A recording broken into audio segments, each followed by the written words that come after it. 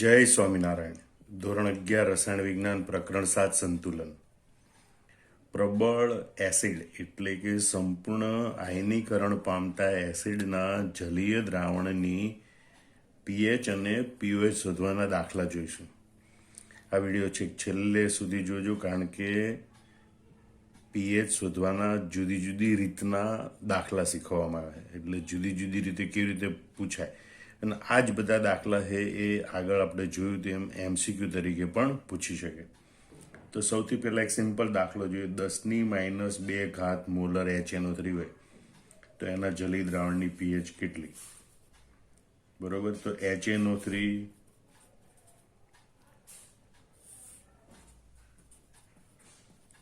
પ્રબળ એસિડ છે અને એટલે એનું સંપૂર્ણ વિયોજન થાય, એટલે કે સંપૂર્ણ આયનીકરણ થાય. બરોબર, એટલે H પ્લસ NO3 માઇનસ આયનો ઉત્પન્ન થાય. H પ્લસની જગ્યાએ H3O પ્લસ પણ લખી શકાય. હવે HNO3 ની સાંદ્રતા 10⁻2 મોલર છે. બરોબર, HNO3 પ્રબળ એસિડ છે, એનું સંપૂર્ણ વિયોજન થાય. એની સાંદ્રતા 10⁻2 મોલર છે, તો એ સંપૂર્ણપણે વિયોજન પામે એટલે એટલા જ આયનો ઉત્પન્ન થાય.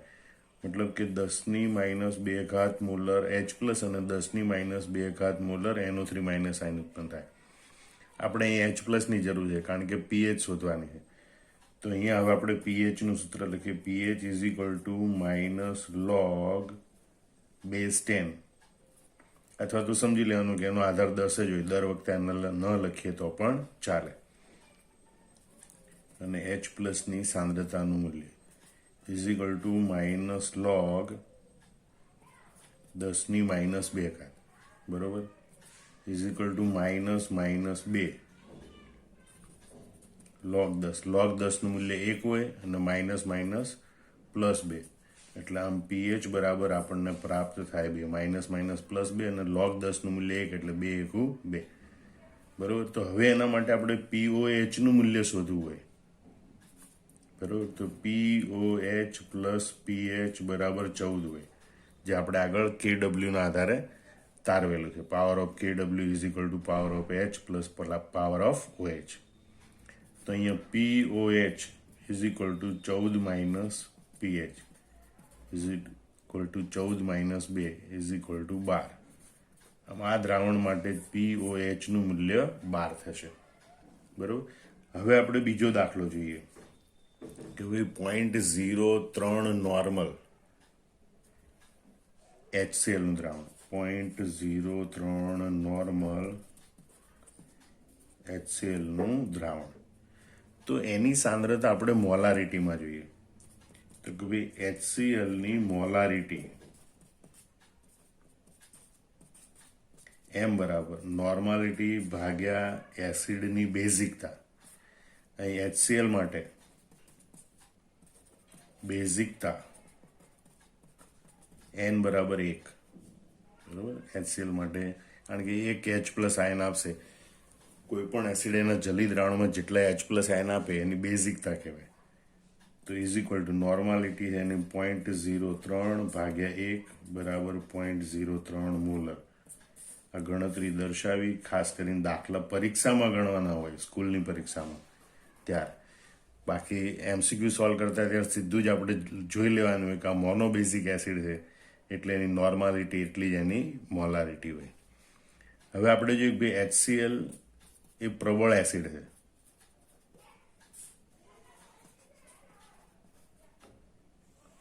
બરોબર, માટે એનું સંપૂર્ણ વિયોજન થાય. H plus aqueous plus Cl minus aqueous. HCl plus H2O gives H3O plus Cl minus, એ રીતે પણ તમે લખી શકો. બરોબર, હવે HCl ની સાંદ્રતા 0.03 મોલર. બરોબર, અથવા તો એમ કહેવાય 3 × 10⁻2 મોલર છે. તો એટલા જ પ્રમાણમાં વિયોજન થાય, એટલે H પ્લસની સાંદ્રતા પણ 0.03 મોલર હોય અથવા તો 3 × 10⁻2 મોલર હોય. હવે આપણે pH નું મૂલ્ય આની મદદથી શોધીએ. તો કે ભાઈ pH is equal two minus log H plus. બરોબર. તો H પ્લસની જગ્યાએ લખવાનું માઇનસ લોગ 3 ગુણ્યા 10 ની માઇનસ 2 ઘાત. હવે અહીંયા બે પદો છે, 3 અને 10 ની માઇનસ 2 ઘાત. તો માઇનસ log 3 પ્લસ log 10 ની માઇનસ 2 ઘાત. હવે આપણે આનું સાદુરૂપ આપીએ તો માઇનસ 2 છે એ આગળ આવે તો log 10 નું મૂલ્ય 1 થાય. બરોબર. એટલે માઇનસ log 3 માઇનસ 2, કારણ કે log 10 ની માઇનસ 2 ઘાત એટલે આગળ માઇનસ 2 આવે ને log 10 ની કિંમત 1 હોય એટલે 1 ગુણ્યા માઇનસ 2 એટલે માઇનસ 2. એનો મતલબ થાય માઇનસ log 3 પ્લસ 2. આ બહારની માઇનસ નિશાની છે એના કારણે અંદરનું માઇનસ માઇનસ પ્લસ થઈ જાય. એને આપણે આમ પણ લખીએ 2 માઇનસ log 3. હવે આપણે log 3 જોવાનું કેલ્ક્યુલેટરની મદદથી પણ ગણતરી કરી શકીએ અથવા તો log ટેબલની મદદથી એ ગણતરી કરી શકીએ. જો MCQ તરીકે પૂછેલો હોય તો આમ તો અમુક log 2, log 3, log 4, log 5, log 6 ના મૂલ્ય યાદ રાખવાના, નહીતર કેલ્ક્યુલેટરની મદદથી પણ આપણે આ ગણતરી કરી શકીએ. તો આપણે log શોધવા માટે શું કરવાનું? તો કેલ્ક્યુલેટરમાં સંખ્યા લખવાની, પછી 13 વખત વર્ગમૂળનું બટન દબાવવાનું, પછી -1 અને પછી ગુણ્યા 3558 કરવાનું. બરોબર. એટલે આપણને 3 નો log પ્રાપ્ત થાય. આપણે જોઈએ અહીંયા. બરોબર. કે ભાઈ 3 લખ્યું.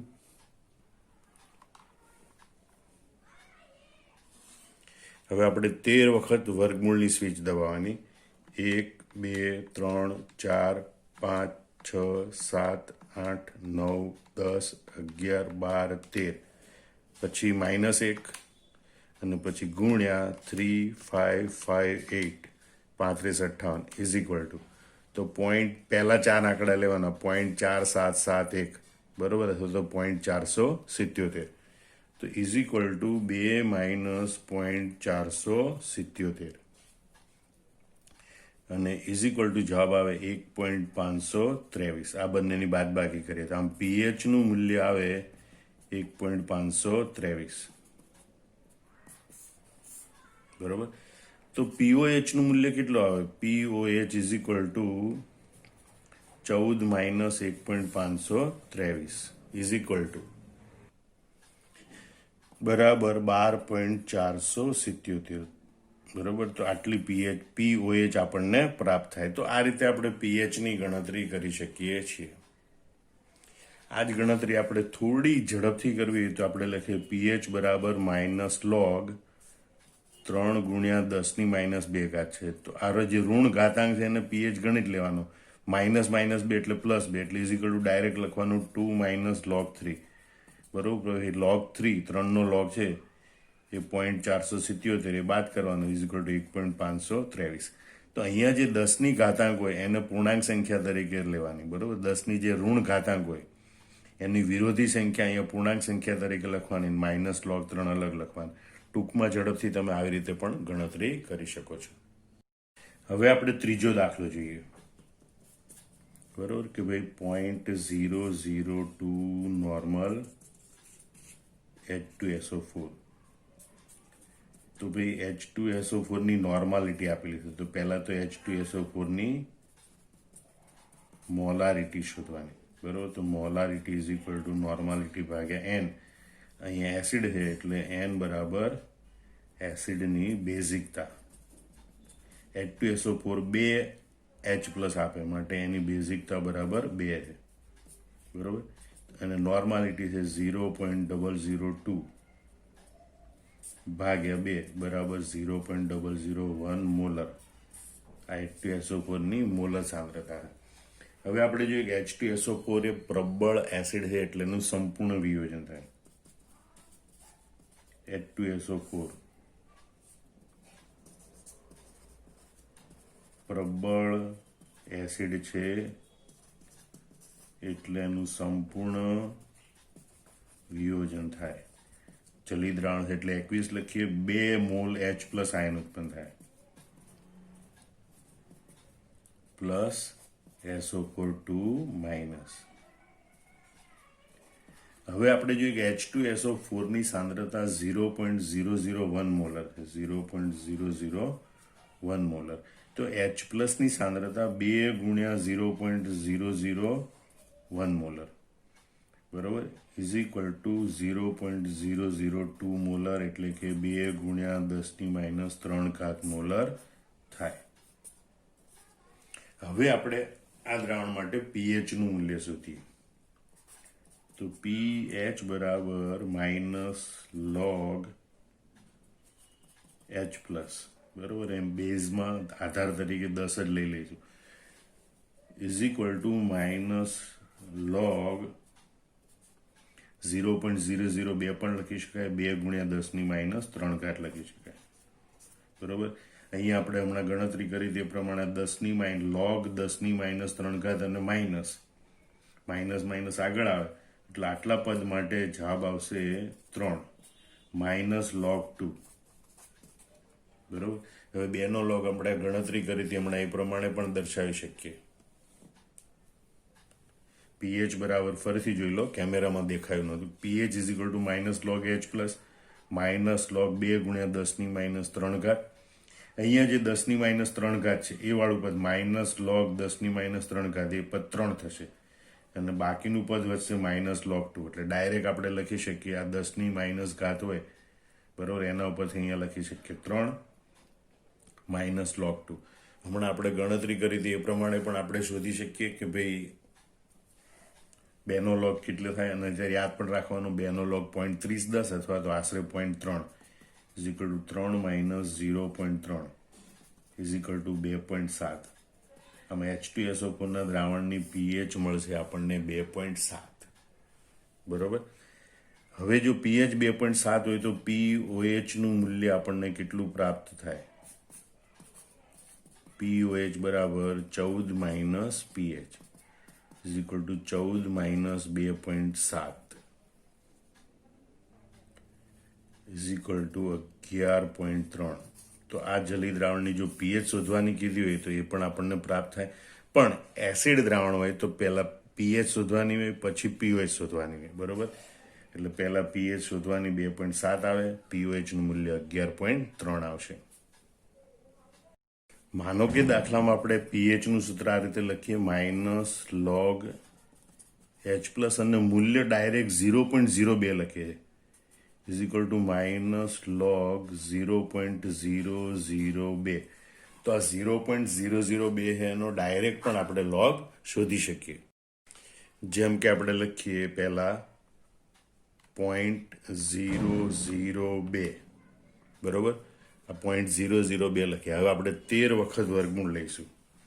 1 2 3 4 5 6 7 8 9 10 11 12 13 -1 ગુણ્યા 3 5 5 8 ઇઝ ઇક્વલ ટુ -2.698, બરોબર. એટલે કે આશરે આપણે માઇનસ લખીએ અને અંદર કૌંસને, કારણ કે આપણે log 0.002 શોધ્યો, -2.7 આશરે, બરોબર, અને માઇનસ પ્લસ એટલે 2.7 થશે. તો આ રીતે પણ આપણે pH શોધી શકીએ છીએ ડાયરેક્ટ 0.002 નો કેલ્ક્યુલેટરમાં log લઈને, બરોબર. પણ જ્યારે નીટમાં કે JEEમાં હશે તો તમને કેલ્ક્યુલેટર આપ્યું હશે નહીં, એના બદલે તમને log 2 ની વેલ્યુ આપેલી હોય, અથવા તો ઘણી વખત log 2 ની વેલ્યુ આપણે યાદ રાખવાની હોય કે 0.3 હોય છે. તો આ રીતે આપણે pH પણ શોધી શકીએ છીએ. ચોથો દાખલો આપણે જોઈએ કે 200 મિલી દ્રાવણમાં 0.315 ગ્રામ HNO3 ઓગાળેલો છે, તો તેના જલી દ્રાવણની pH શોધો. તો સૌથી પહેલા તો આપણે HNO3 નું જલી દ્રાવણ છે એની મોલારિટીમાં સાંદ્રતા શોધીશું, બરોબર. તો HNO3 ની મોલારિટી, એનું સૂત્ર થશે M ઇઝ ઇક્વલ ટુ 1000 ગુણ્યા W ભાગ્યા MW ગુણ્યા V મિલી, બરોબર. અહીંયા W બરાબર HNO3 નું દળ અથવા વજન બરાબર 0.315 ગ્રામ.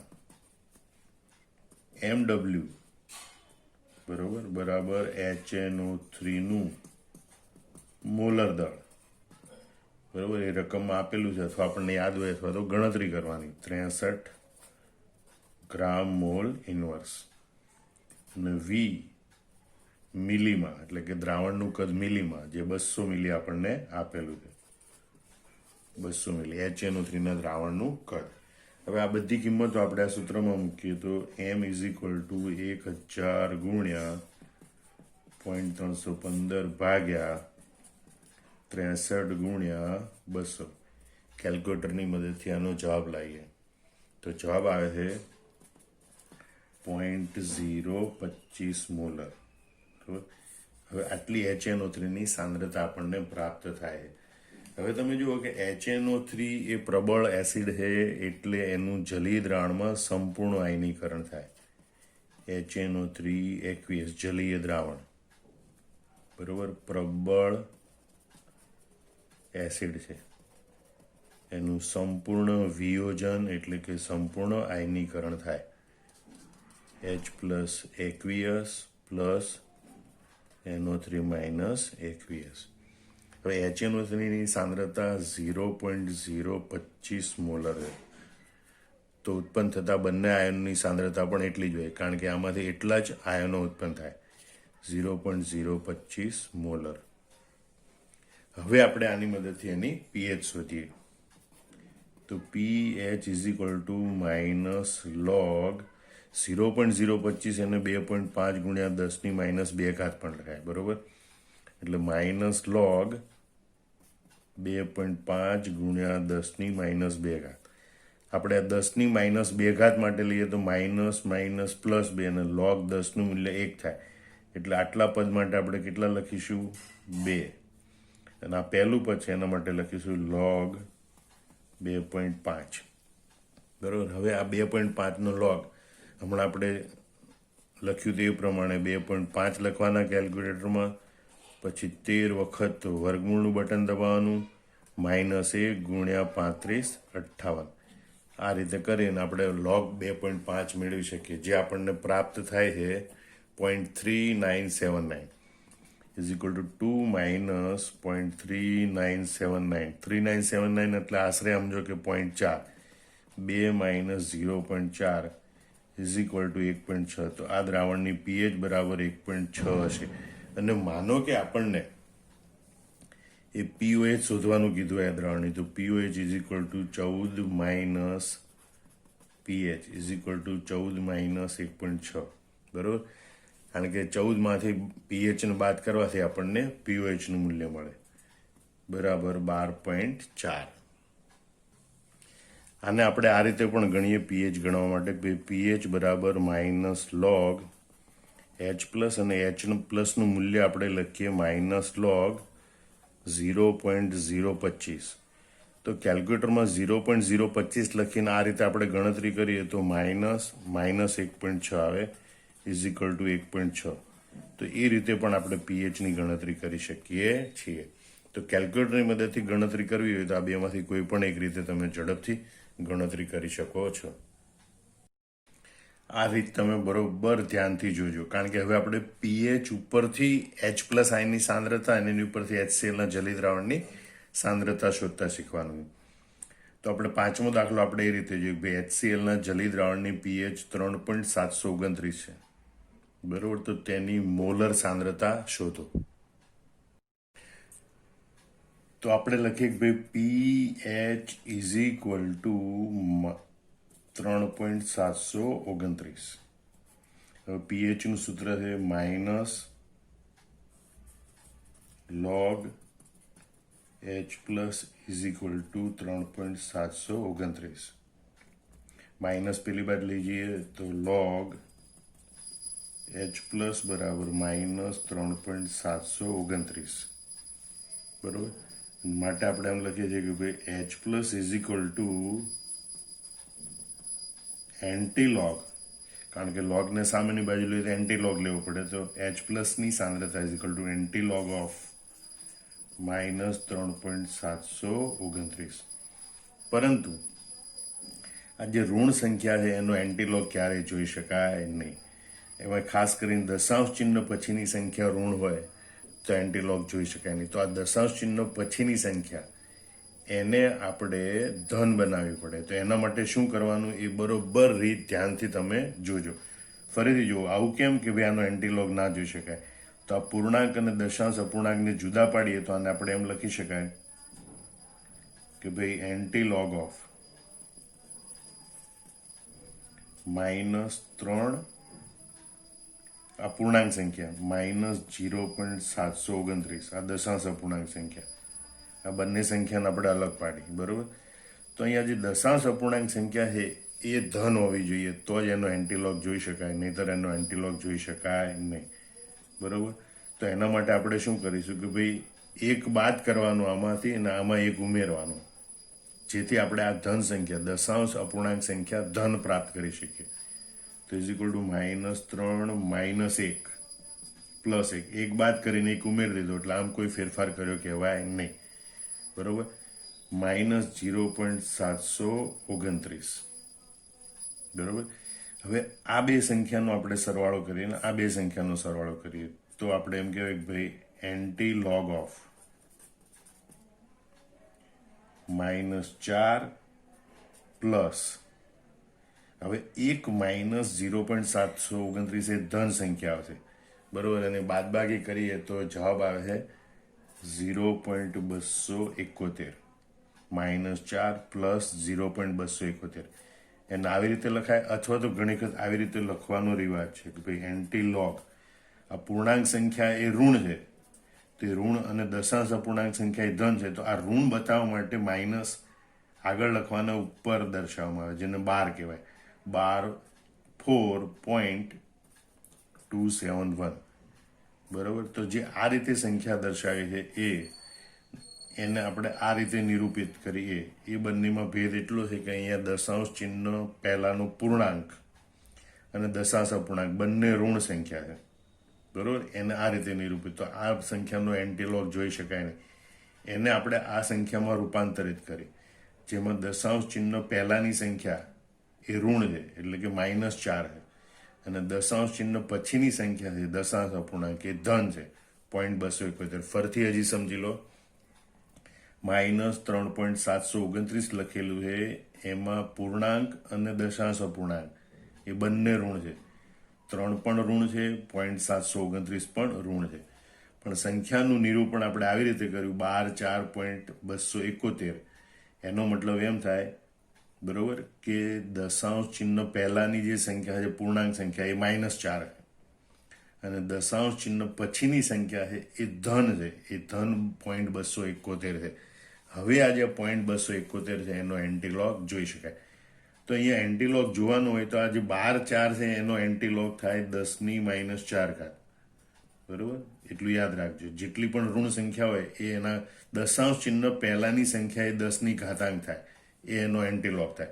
માનો કે 5 હોય તો 10⁵, 3 હોય તો 10⁵ 3, 12 5 હોય તો 10⁻⁵, ઋણ હોય તો ઋણ ઘાત, ધન હોય તો ધન ઘાત. 12 7 હોય તો 10⁻⁷ લખાય, બરોબર. તો એ રીતે તમે દર્શાવી શકો. હવે તમારે 0.271 છે, બરોબર, એનો તમારે એન્ટીલોગ જોવાનો છે. તો એ તો લોગ ટેબલની મદદથી જોઈ શકાય અથવા તો કેલ્ક્યુલેટરની મદદથી ગણી શકાય. તો કેલ્ક્યુલેટરની મદદથી કેવી રીતે ગણી શકાય એ આપણે જોઈએ. તો 0.271 લખવાનું, પછી ભાગ્યાનું બટન દબાવવાનું, પછી 3558, પછી +1, અને પછી 13 વખત ગુણ્યા ઇક્વલ ટુ બટન દબાવવાનું. હવે એ પ્રમાણે આપણે 0.271 છે એનો એન્ટીલોગ મેળવવાનો પ્રયત્ન કરીએ, બરોબર. તો સૌથી પહેલા આપણે 0.271 લખીએ, 0.271, બરોબર. પછી ભાગ્યા, પછી 3558, 3558, પછી +1, અને પછી ગુણ્યા ઇક્વલ ટુ એવી રીતે 13 વખત કરવાનું. 1 2 3 4 5 6 7 8, 9, 10, 11, 12 અને 13. તો જવાબ આવે છે 1.866. તો જવાબ આવે છે આપણી પાસે 1.866. બરોબર. એટલે આમ આજે 0.271 છે, બરોબર, એનો એન્ટીલોગ આવે છે 1.866. એટલે 0.271 જગ્યાએ લખીશું આપણે 1.866. એટલે જ્યારે આવી રીતે ઋણ અને ધન સંખ્યા ભેગી હોય ત્યારે માત્ર ધન સંખ્યા હોય કે જે દશાંશ અપૂર્ણાંક હોય એનો જ એન્ટીલોગ જોવાનો. બરોબર.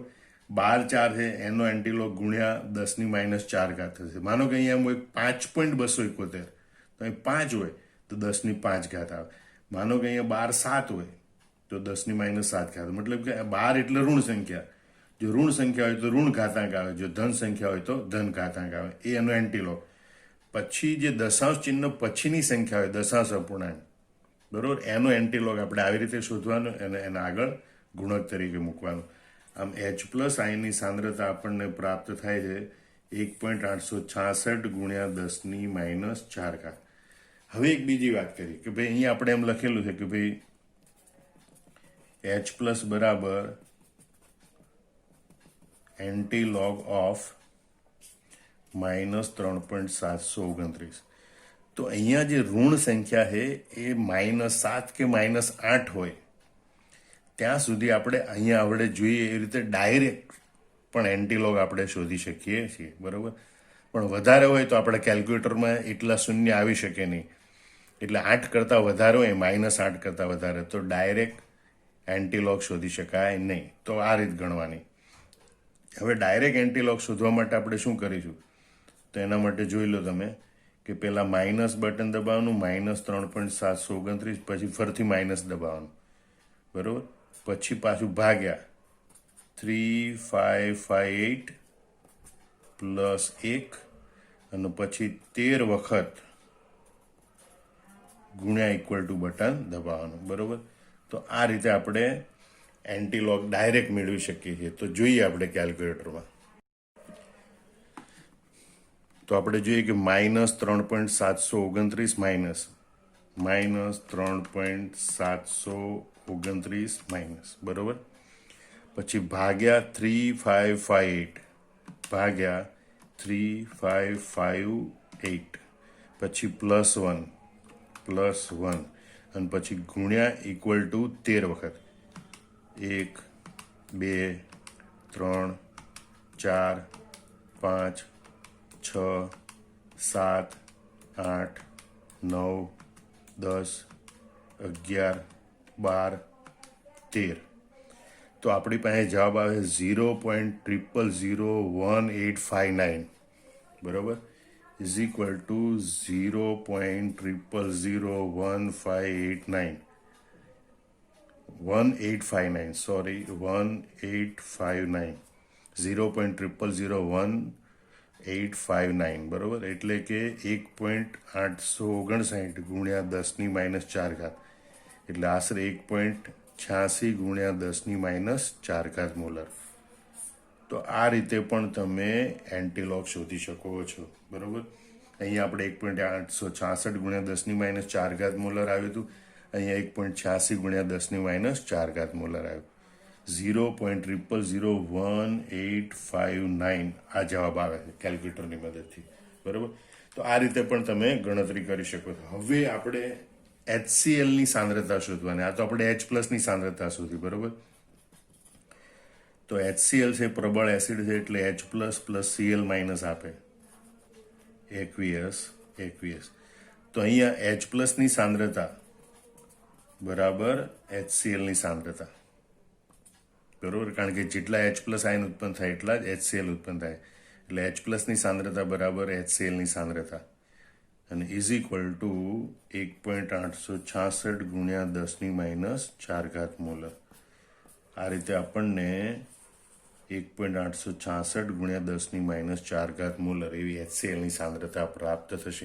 ખાસ તો અહીંયા જે એન્ટીલોગ જોવાની રીત છે તમારે શીખવાની. આ બેમાંથી કોઈ પણ રીત ચાલી શકે, પણ ડાયરેક્ટ રીત તમે કેલ્ક્યુલેટરની મદદથી આ સંખ્યા માઇનસ સંખ્યા 8 અથવા 8 કરતાં નાની હોય -5 -6 -2 -3 ત્યારે તમે લઈ શકો ડાયરેક્ટ રીત. પણ જ્યારે મોટી સંખ્યા 8 કરતાં બરાબર અહીં માઇનસ તરીકે ત્યારે તમારે આ રીતનો ઉપયોગ કરવો પડે કે બંને ઋણ સંખ્યાને અલગ પાડવાની, આમાં માઇનસ એક બાદ કરવાનો, આમાં પ્લસ એક ઉમેરવાનો, ઋણ સંખ્યા અલગ લખવાની, ધન સંખ્યા અલગ લખવાની, અને જે આ ધન સંખ્યા એનો એન્ટીલોગ જોવાનો, જેને ગુણક તરીકે લખવાનું, અને અહીંયા જે ઋણ સંખ્યા હોય એ 10ના ઘાતાંક તરીકે લખવાની. તો આ રીતે તમે આ સંખ્યાનો એન્ટીલોગ મેળવી શકો છો. હવે પીએચ પરથી H પ્લસ આયનની સાંદ્રતા શોધવાના બીજા દાખલાની આપણે પ્રેક્ટિસ કરીએ. H2SO4ના જલી દ્રાવણની pH 2.57 છે, તો તેની મોલર સાંદ્રતા શોધો. બરોબર, તો સૌથી પહેલા આપણે લખીશું pH ઇઝ ઇક્વલ ટુ 2.57. માટે pH નું સૂત્ર હોય -log H પ્લસ બરાબર 2.57. બરોબર, અને માટે log H પ્લસ બરાબર પેલી બાજુ માઇનસ લઈએ તો -2.57. હવે આપણે જોયું કે -2.57 નો એન્ટીલોગ જોવો પડે, માટે H પ્લસ બરાબર એન્ટીલોગ ઓફ -2.57. પણ અહીંયા બંને માઇનસ ચિહ્ન આગળ છે, જેમ દર્શાવે કે પૂર્ણાંક અને દશાંશ અપૂર્ણાંક બંને ઋણ છે, તો દશાંશ અપૂર્ણાંક ઋણ હોય તો એન્ટીલોગ જોઈ શકાય નહીં. બરોબર, તો આપણે આને આવી રીતે ફરીથી ભાગ પાડીશું. Antilog of -2 -0.57. પૂર્ણાંક અને દશાંશ અપૂર્ણાંક બંનેને જુદા દર્શાવ્યા. બરોબર, આ બંનેનો આપણે સરવાળો કરીએ તો -2.57. હવે આપણે જે આ દશાંશ અપૂર્ણાંક વાળો ભાગ છે એને ધન બનાવવાનો છે, તો આમાં એક બાદ કરીશું અને આમાં એક આપણે ઉમેરીશું. તો is equal two antilog of -2 -1 +1 -0.57. આ બેનો સરવાળો અને આ બેનો સરવાળો is equal two antilog of -3 plus અહીંયા ધન સંખ્યા મોટી છે એમાંથી નાની બાદ થાય તો જવાબ ધન સંખ્યા આવે 1 -0.57. બરોબર, એટલે જવાબ આવે છે 0.43. બરોબર, is equal two antilog of 3.43. બરોબર, ફરીથી સમજી લો કે -2.57 એમાં પૂર્ણાંક અને દશાંશ અપૂર્ણાંક બંને ઋણ છે, જ્યારે 3.43 લખેલું છે એમાં આ પૂર્ણાંક સંખ્યા એ -3 છે, પણ આ દશાંશ અપૂર્ણાંક છે એ ધન છે 0.43. આ 0.43 નો એન્ટીલોગ જોવાનો હોય. બરોબર, અહીંયા આપણે 43 છે અરે 3 છે એના માટે આપણે લખીશું 10⁻3. 3 નો એન્ટીલોગ થશે 10⁻3. આ જે સંખ્યા હોય 10ની ઘાતાંકમાં. હવે આપણે 0.43 નો એન્ટીલોગ કેલ્ક્યુલેટરની મદદથી જોવાનો. તો આપણે પહેલા 0.43 કરીએ, 0.43, પછી ભાગ્યા 3558 ભાગ્યા 3558, પછી +1. બરોબર, તો +1, અને પછી 13 વખત ગુણ્યા ઇક્વલ ટુ. બરોબર, 1 2 3 4 5 6 7 8 9 10 11 12 13. તો જવાબ આવે છે 2.691. એટલે આપણે લખીશું 2.69. બરોબર, તો 0.43 નો એન્ટીલોગ લખવાનો અહીંયા 2.69. 2.69. આમ H પ્લસ આયનની સાંદ્રતા આપણને પ્રાપ્ત થશે 2.69 ગુણ્યા 10⁻³ મોલર. હવે આપણે આને ડાયરેક્ટ પણ ગણી શકીએ, ફરીથી આપણે જોઈએ. તો H પ્લસ બરાબર એન્ટીલોગ ઓફ -2.57 ડાયરેક્ટ આપણે લઈએ તો -2.57 નો આપણે સીધો એન્ટીલોગ જોઈએ. આ ઋણ સંખ્યા છે એ 8 અથવા 8 કરતાં નાની હોય ત્યારે આપણે આ ડાયરેક્ટ ગણી શકીએ, નહીંતર આપણે આ રીત ગણવી પડે. તો કેલ્ક્યુલેટરની મદદથી આપણે જોઈએ. બરોબર, -2.57 -2.57 ભાગ્યા 3558 3558 +1 અને પછી 13 વખત ગુણ્યા ઇક્વલ ટુ. બરોબર, 1 2 3 4 5 6 7 8 9 10 11 12 13. તો જવાબ આવે છે 0.002686 અથવા તો 87, 0.002687. બરોબર, તો આપણે નોંધી લઈએ અહીંયા =0.002687.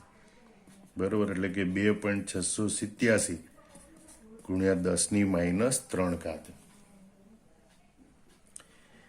એટલે કે H પ્લસ બરાબર 2.69 ગુણ્યા 10⁻³ મોલર. તો ડાયરેક્ટ પણ આ રીતે તમે એન્ટીલોગ શોધી શકો છો. હવે આપણે H2SO4 દ્રાવણની સાંદ્રતા શોધવાની છે. બરોબર, તો H2SO4 છે એનું સંપૂર્ણ વિયોજન થાય, પ્રબળ એસિડ છે એનું જલી દ્રાવણ બનાવીએ એટલે, પણ 1 મોલ H2SO4 વિયોજનથી 2 મોલ H પ્લસ આયન ઉત્પન્ન થાય, પ્લસ SO4 2-. બરોબર, હવે અહીંયા આપણે જોઈએ કે ભાઈ 2 મોલર H પ્લસ આયન હોય તો 1 મોલર હોય, એનો મતલબ કે H પ્લસની સાંદ્રતા કરતાં H2SO4ની સાંદ્રતા અડધી હોય. માટે આપણે કહીએ ભાઈ H2SO4ની મોલર સાંદ્રતા બરાબર H પ્લસની મોલર સાંદ્રતા ભાગ્યા 2, તો =2.69. આ જે એક્સ્ટ્રા ગણતરી કરવી પડે આ ખાસ ધ્યાન રાખજો. જો મોનોબેઝિક એસિડ હોય તો H પ્લસની સાંદ્રતા હોય એ જ એસિડની સાંદ્રતા આવી જશે. ડાયબેઝિક કે ટ્રાયબેઝિક એસિડ હશે તો આપણે આવી રીતે ગણતરી કરવી પડશે. બરાબર, તો આપણને H2SO4 દ્રાવણની મોલર સાંદ્રતા પ્રાપ્ત થાય. અને એટલે 2.69 ગુણ્યા 10⁻³ ભાગ્યા 2 બરાબર 1.345 ગુણ્યા 10⁻³ મોલર. બરોબર, તો H2SO4ની મોલર સાંદ્રતા એ આપણને આટલી પ્રાપ્ત થશે, 1.345 ગુણ્યા 10⁻³ મોલર. તો આ રીતે આપણે એન્ટીલોગ શોધવાની રીત છે, ખાસ તમે ધ્યાનથી જોઈ લેજો. આ બધા જ દાખલા જે ગણ્યા એ દાખલા બધાને MCQ બનાવીને પણ પૂછી શકે છે. તો આ બધા દાખલાની રકમ હવે તમારે જાતે લખવાની વિડીયો જોયા પછી, અને પછી બધા દાખલા જાતે ગણવાનો પ્રયત્ન કરવાનો. જય સ્વામિનારાયણ.